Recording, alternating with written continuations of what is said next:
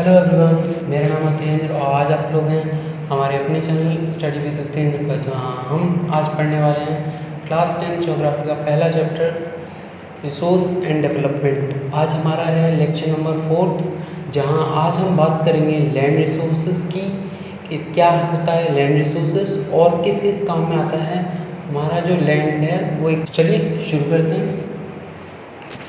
देखिए, सबसे पहले हमें बात करनी है what is land as a resource, यानी जो हमारी धरती है यानी जो हमारी लैंड है उसको हमने रिसोर्स क्यों कंसिडर किया है। ठीक है दोस्तों, मैंने बताया था व्हाट इज़ रिसोर्स। रिसोर्स यानी कोई भी चीज़ जो हमारी नीड्स को सेटिस्फाई करे। तो अब इसकी परिभाषा से हम कैसे ये चीज़ बताएंगे कि भाई land is considered as a resource. हम रिसोर्स की परिभाषा याद करेंगे, यानी जो चीज़ हमारे लिए ज़रूरी है। लैंड क्या है, हमारे लिए ज़रूरी है। अब हम बात करेंगे किस तरह से ज़रूरी है, यानी लैंड जो है वो हमें क्या चीज़ें प्रोवाइड करती है जिस वजह से हम उसे रिसोर्स कहते हैं। जब हमें इस चीज़ का आंसर मिल जाएगा तब हम कहेंगे कि लैंड इज़ अ रिसोर्स। ठीक है दोस्तों, तो देखिए किस तरह से। देखिए, सबसे पहले जो हमारी यूजेस ऑफ लैंड है उसमें क्या है कि हमें रहने के लिए एक जगह देती है, यानी शेल्टर देती है। क्या बोला मैंने, लिविंग के लिए क्या है, शेल्टर प्रोवाइड करती है।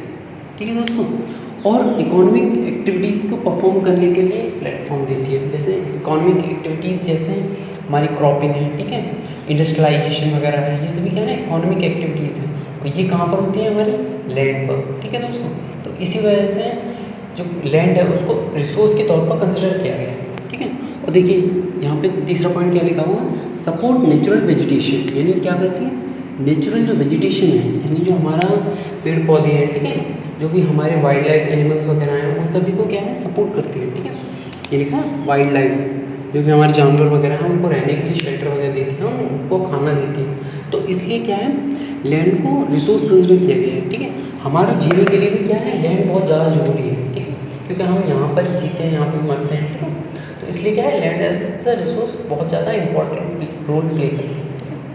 अब देखिए, ट्रांसपोर्ट और कम्युनिकेशन के लिए भी लैंड का यूज़ किया जाता है। ठीक है, जैसे हमें कोई चीज़ यहाँ से वहाँ पहुँचानी होती है तो हम क्या है, लैंड के थ्रू पहुँचा देते हैं अपनी जो भी ट्रक्स वगैरह हैं उनके माध्यम से। ठीक है, इसीलिए क्या है, लैंड को क्या कहते हैं, इज एन अल्टीमेट रिसोर्स। क्या बोला, अल्टीमेट रिसोर्स। ठीक है दोस्तों, अब देखिए ये यहाँ पर जो मैंने चार्ट बनाया है ये क्या है, इंडियन लैंड डिस्ट्रीब्यूशन, यानी भारत की जो ज़मीन है वो किस किस भागों में बटी हुई है। ठीक है दोस्तों, तो देखिए 43% प्लेन्स हैं, ठीक है, 27% प्लेट्यूज हैं और 30% माउंटेन्स हैं। अब देखिए ये जगह कहाँ कहाँ पर है वो मैं समझा दे रहा हूँ मैप के माध्यम से। जैसे मान लीजिए ये मैंने बना दिया भारत का एक सस्ता सा मैप। ठीक है, मुझे इतनी अच्छी ड्राइंग नहीं है इसलिए थोड़ा कॉम्प्रोमाइज़ कर लिया। ठीक है, देखिए जो ये वाला रीजन है, ये वाला, ठीक है, ये वाला, ये हमारा कौन सा रीजन है, माउंटेन रीजन। क्या बोला मैंने, ये क्या है, हमारा माउंटेन रीजन। ठीक है, यहाँ पर क्या है, ज़्यादातर माउंटेन्स वगैरह पाए जाते हैं। ठीक है, इसको थोड़ा सा ऊपर बनाइए इस तरह से। ठीक है, ठीक है, अब देखिए इसके बाद जो हमारा ये वाला रीजन है, क्या बोला मैंने, ये वाला, ठीक है, ये हमारा रीजन आ जाता है प्लेट्यूज के अंदर। ठीक है दोस्तों, ये किसके अंदर आ जाता है, प्लेट्यूज के अंदर। ठीक है, अब बात आती है प्लेन्स की, तो जो ये वाला रीजन बचता है हमारा, क्या बोला, ये वाला रीजन, ठीक है, ये पूरा रीजन, इधर भी थोड़े माउंटेन हैं, ठीक है, इधर भी माउंटेनियस रीजन है। ठीक है, ये वाला जो रीजन बचा है हमारे पास, इस रीजन को हम क्या कहेंगे, प्लेन्स कहेंगे। ठीक है, प्लेन्स मतलब समतल ज़मीन है। ठीक है, और प्लेट्यूज मतलब थोड़ी सी उठी हुई ज़मीन है। यहाँ पर क्या है, ज़मीन थोड़ी सी उठी हुई है, और माउंटेन्स तो हम जानते ही हैं इस तरह के ढलान वगैरह होते हैं। ठीक है, तो इनको क्या बोलते हैं, माउंटेन्स। तो यहाँ पर माउंटेन्स, इधर की तरफ क्या है, हमारे पास ज़्यादातर प्लेन है। ठीक है, तो यहाँ पर क्या है, प्लेट्यू, यानी उठी हुई ज़मीन, पठार है जिसको हिंदी में बोलते हैं पठार। ठीक है, प्लेट्यूज को हिंदी में क्या बोलते हैं, पठार। ठीक है, अब देखिए 30% जो माउंटेन्स हैं हमारे ये वाले, ठीक है, ज़्यादातर जो नदियाँ हैं वो क्या है, इधर से ही निकलती हैं। ध्यान रखिएगा, जो ज़्यादातर नदियाँ हैं वो इधर माउंटेनियस रीजन से ही क्या है, ओरिजिनेट होती है। ठीक है, इसीलिए ये क्या करते हैं, माउंटेन्स हमें पेरिनियल, यानी पूरे साल भर क्या है, रिवर्स के फ्लो को बनाए रखते हैं। क्या करते हैं, रिवर्स का जो फ्लो है पानी का जो बहाव है, यानी पानी का जो स्तर है उसको बनाए रखते हैं, ठीक है। यानी यहाँ से जो पानी है वो रिवर्स के माध्यम से हमें पूरी कंट्री में मिलता है, ठीक है। यानी यहाँ से पानी क्या है, रिवर्स के माध्यम से और जगहों पर पहुँचता है, ठीक है। इसलिए क्या करते हैं, पैरेलल फ्लो ऑफ रिवर को इंश्योर करते हैं, ठीक है। टूरिज्म प्रोवाइड करते हैं। देखिए माउंटेन्स वगैरह पे आप खुद भी जो है जाना चाहोगे, ठीक है, कभी ना कभी, है ना। क्यों? क्योंकि आपको वो जगह क्या है, अच्छी लगती है ना। टूरिज्म के लिए वो अच्छी जगह है, लोगों को क्या है वहाँ की जो हरियाली है, वहाँ की सुंदरता है जो अच्छी लगती है, ठीक है। तो इसलिए क्या है, वो टूरिस्ट स्पॉट जो है अच्छे बन जाते हैं। इसीलिए क्या है, इकोनॉमिक डेवलपमेंट करते हैं, ठीक है। तो इसीलिए लैंड क्या है, एज अ रिसोर्स कंसिडर किया गया है, ठीक है। अब इकोलॉजिकल स्पीशीज़, यानी देखिए इकोलॉजिकल एस्पेक्ट्स का मतलब है कि जो हमारे एनवायरनमेंट है उसको भी क्या है, ये लैंड क्या है, सपोर्ट कर रही है, ठीक है। यहाँ पे प्लांट्स वगैरह उगाए जाते हैं, ठीक है। हमारी जो ह्यूमन रेस है उसको भी जो है सपोर्ट कर रही है, ठीक है। जो हमारे लिविंग ऑर्गेनिजम्स हैं अर्थ पर, उनको भी जो है सपोर्ट कर रही है, ठीक है। तो इसलिए क्या है, इकोलॉजिकल बैलेंस बनाए रखती है, यानी इकोलॉजिकली हमें सपोर्ट कर रही है, ठीक है दोस्तों। हाँ तो दोस्तों अब बात कर लेते हैं हम लैंड के यूजेस, यानी लैंड यूटिलाइजेशन, ठीक है। देखिए सबसे पहले हमने इस तरह का चार्ट बना लिया, ठीक है। इससे क्या है, हमें बाद में दिक्कत नहीं होगी जब भी हम इसको रिवाइज करेंगे, ठीक है। तो देखिए सबसे पहले बात आती है land not available for cultivation, यानी कि ऐसी लैंड जो कि कल्टीवेशन के लिए अवेलेबल ही नहीं है। जैसे मान लीजिए ये हमारे पास एक ज़मीन का टुकड़ा है, ठीक है। जब हम यहाँ पर खेती नहीं कर सकते, क्या बोला मैंने, यहाँ पर हमें क्या है, खेती करने की अनुमति नहीं है, यानी कि यहाँ पर क्या है, कुछ पहले से बना होगा, यानी कि यहाँ पर कुछ पहले से होगा इस ज़मीन पे, ठीक है। तो मान लीजिए इस ज़मीन पे क्या है, रोड बना हुआ है, तो क्या आप यहाँ पे खेती कर पाओगे, नहीं कर पाओगे, ठीक है। तो इसीलिए क्या कहा गया है कि land not available for cultivation, यानी कि ऐसी ज़मीन जो कि कल्टीवेशन के लिए अवेलेबल ही ना हो। यानी जब जहाँ जैसे आप अपने घर में रहते हो, ठीक है, तो क्या आपका घर कल्टीवेशन के लिए अवेलेबल है? नहीं। क्यों? क्योंकि उस पर फ्लोर वगैरह है ना, तो आप फ्लोर पे तो किसी भी चीज़ को नहीं उगा सकते, ठीक है। तो इसीलिए क्या है, land not available for cultivation, ठीक है, एक पहला टाइप। जहाँ पे लैंड किस किस कामों में आ रही है, इन कामों में, रोड्स बनाने में, हाउसेस बनाने में और फैक्ट्रीज बनाने में, ठीक। अदर अनकल्टिवेटेड लैंड, यानी कि ऐसी लैंड जो कि कल्टीवेट की जा सकती थी, ठीक है। मैंने क्या बोला, जो कि कल्टीवेट की जा सकती, लेकिन क्या है, कल्टीवेट नहीं की, यानी कि जोता नहीं उसको, यानी उसको जो है ट्रैक्टर वगैरह होता है ना, उसमें जोतने के लिए मशीन वगैरह मिलती है, जिससे क्या है, प्लफ करते हैं हम ज़मीन को, तो उस चीज़ को जो है किया नहीं, ठीक है। तो उस ज़मीन को क्या बोलेंगे, अदर अनकल्टिवेटेड लैंड, ठीक है। यानी ज़मीन को हमने प्लफ नहीं किया, ठीक है। तो इस तरह की लैंड कहलाती है अदर अनकल्टिवेटेड लैंड, जिसमें से हमने क्या है, फैलो लैंड को हमने हटा दिया, ठीक है। फैलो लैंड का अलग से कॉलम बना दिया, ठीक है। तो अब बात आती है कि इस तरह की ज़मीन किस किस कामों में आती होगी। तो देखिए हो सकता है कि वहाँ पर पहले से क्या हो, permanent pastures and grazing land हो, यानी कि वहाँ पर क्या है, पहले से ही जो चारे वगैरह के लिए ज़मीन होती है ना, जहाँ पर बहुत सारी घास वगैरह उगाती है, ठीक है। तो क्या है, शेफर्ड्स वगैरह आते हैं तो वो अपनी शीप्स वगैरह को वहाँ पे चरा देते हैं, ठीक है। तो ग्रासेस वगैरह उगाती हैं, ठीक है। उस तरह की ज़मीन क्या है, अदर अनकल्टिवेटेड लैंड के अंदर आती है, ठीक है। अब बात आती है कि वहाँ पर क्या है, मिसलेनियस ट्री क्रॉप्स हो सकते हैं, ठीक है। यानी कि यहाँ पर क्या है, अलग अलग तरह के कोई पौधे हो सकते हैं, ठीक है।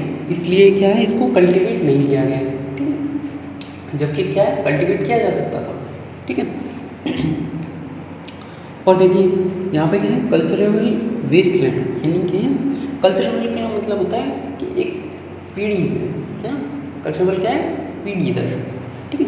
तो यानी ऐसी लैंड जिसको कल्टीवेट ना किया गया हो 5 साल से ज़्यादा तक, ठीक है, left uncultivated for more than 5 years, यानी 5 साल से क्या है, इस लैंड को कल्टीवेट ही नहीं किया गया, ठीक है। जब मान लीजिए किसी लैंड को 5 साल तक कल्टीवेट नहीं किया जाएगा तो वो क्या है, एकदम बैरन से होने लगेगी, ठीक है। लेकिन उसको प्लफ किया जा सकता था, यानी उसको कल्टीवेट किया जा सकता था, लेकिन क्या है, हमने कल्टीवेट नहीं किया। तो इसलिए ये किस रीजन में आ गई, अदर अनकल्टिवेटेड लैंड, ठीक है। अब बात आती है फैलो लैंड्स। तो अब बात आती है इसके अंदर क्या क्या आता है, करंट फैलो यानी अभी के लिए हमने खाली छोड़ दी। देखिए फैलो का मतलब है खाली छोड़ना, ठीक है, क्या बोला, खाली छोड़ना। यानी देखिए करंट फैलो का मतलब है ऐसी ज़मीन जो हमने ज़मीन ली, ठीक है, अभी इसको कल्टीवेट किया जा सकता था लेकिन हमने क्या कल्टीवेट नहीं किया है, ऐसे ही छोड़ दिया है। आप पूछोगे क्यों छोड़ दिया, तो देखिए कुछ रीजन्स ऐसे होते हैं जहाँ पर पानी की कमी हो जाती है, तो जो लोग होते हैं वो खेतों को 2 भागों में डिवाइड करते हैं। तो वो सोचते हैं एक में कर ले रहे हैं, एक में नहीं कर रहे हैं, है ना, क्यों, क्योंकि भाई पानी नहीं है पूरे खेत के लिए, ठीक है, तो क्या है वो एक में कर लेते हैं। तो जो एक ये वाली बच जाती है ये इसको कहलाते हैं फैलो लैंड। क्या बोला, फैलो लैंड कहलाते हैं, ये खाली छोड़ी हुई है, ठीक है। तो देखिए करंट फैलो का मतलब है कि लेफ्ट अनकल्टिवेटेड फॉर 1 और लेस देन 1 ईयर, यानी कि 1 साल से या उससे कम से हमने इसको कल्टीवेट ना किया, मतलब 1 साल से या उससे कम से अगर कल्टीवेट नहीं किया है तो वो करंट फैलो के अंदर आ जाएगी, ठीक है। अगर अदर देन करंट फैलो की बात की जाए तो इसका मतलब है कि आपने left uncultivated for the past 1 to 5 years, यानी 1 से लेकर के अगर 5 साल के बीच में आपने इसको कल्टीवेट नहीं किया है तो ये क्या कहलाएगी, अदर देन करंट फैलो। क्या बोला, अदर देन करंट फैलो, यानी करंट फैलो यानी अभी के लिए खाली हो लेकिन वो तो है नहीं, ठीक है, तो कुछ समय के लिए, तो यानी 1 से 5 साल के बीच तक खाली रहे, ठीक है। Left uncultivated for the past 1 to 5 years, 1 से 5 साल तक खाली छोड़ दी है जमीन, तो वो क्या कहलाएगी, करंट फैलो लैंड्स के अंदर। ध्यान रखिएगा इस वाले पॉइंट और इस वाले पॉइंट में थोड़ा सा अंतर है, ठीक है। ये क्या है, कल्चरेबल वेस्ट लैंड, यानी left uncultivated for more than 5 years, यानी 5 साल से ज़्यादा के लिए इसको छोड़ दिया, ठीक है, इस पर क्या है कल्टिवेशन ही नहीं की। ये क्या है 1 से 5 साल के बीच में कल्टिवेशन है, ठीक है। अब बात आती है net sown area. Net sown area क्या होता है, physical extent of land on which crops are sown and harvested. जैसे मैंने बताया था ना कि पानी की कमी की वजह से इस पे हमने खेती नहीं की, सिर्फ इसी पे खेती की, तो जो ये वाला रीजन है, ठीक है, ये वाला रीजन जिस पे हमने खेती कर पाई, यानी ये मान लीजिए खेत है, ठीक है, तो इस पर जहाँ हमने खेती कर ली, ठीक है, तो यानी ये जो हमारा फिजिकल एक्सटेंट है, ठीक है, तो ये क्या हो जाएगा हमारा नेट सोन एरिया, ठीक है, और ये हमारा क्या हो जाएगा करंट फैलो, ठीक है, ये वाला इस वाला, ठीक है। अगर देखिए अगर हम net sown area plus area sown more than 1 single year, यानी मान लीजिए कोई भी एक एरिया है जिसको हमने एक साल में जो है कई बार हमने सो किया है और हार्वेस्ट किया है, ठीक है, area sown more than 1 single year, ठीक है, तो इसको क्या कहेंगे हम, ग्रॉस क्रॉप्ड एरिया, ठीक है, तो क्या कहलाता है ग्रॉस क्रॉप्ड एरिया, ठीक है।